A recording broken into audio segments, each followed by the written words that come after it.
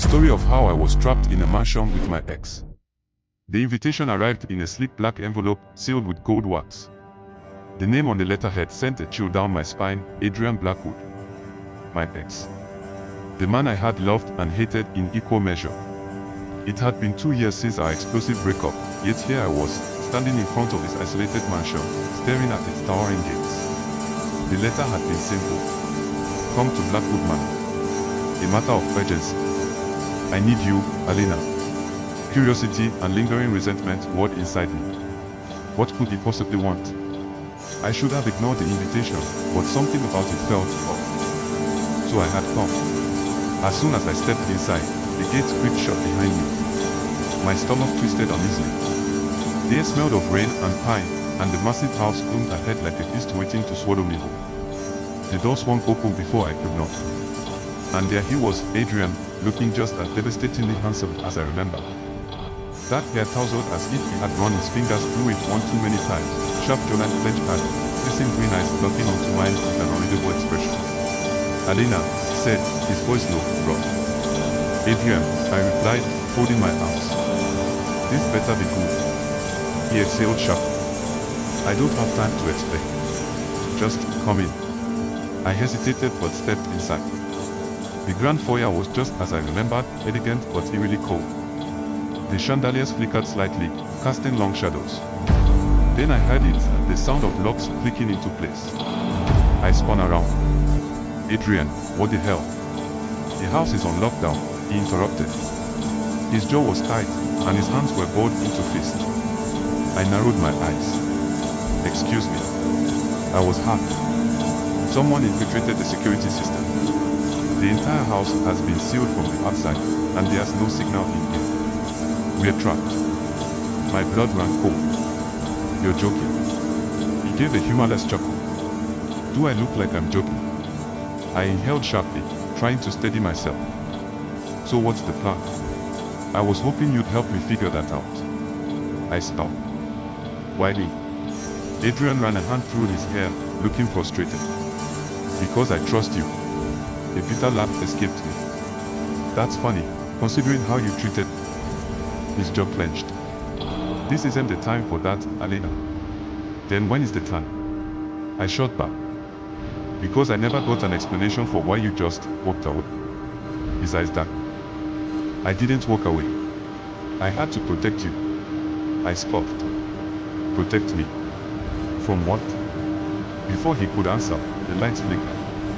A low, mechanical hum filled the air.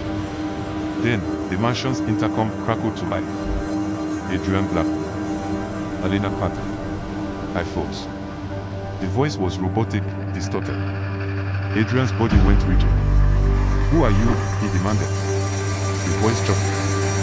Let's call it the test. The game. You have 6 hours to escape. Or the house will self-destruct. My heart nearly stopped. Adrian cursed under his breath. He turned to me, eyes blazing. We need to move. Now. We ran through the house, searching for an exit, but every door and window was reinforced with steel. I was panting by the time we reached the study. Adrian paced, muttering to himself. This has to be someone from my past. Someone with access to my blueprints. Wait, I said, my mind racing. You said you were hacked. Is there a manual override? His eyes lit up.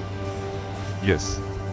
In the basement. We dashed down the grand staircase, but the moment we reached the lower level, the temperature dropped. A gust of cold air rushed past me, making me shiver.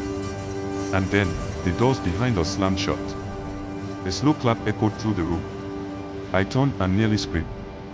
A masked figure stood in the shadows, a knife glinting in their hand. Well, the distorted voice sneered. I was hoping you'd make it here. Adrian stepped protectively in front of me. Who are you? The figure tilted their head. A ghost from your past, Adrian. You took something from me.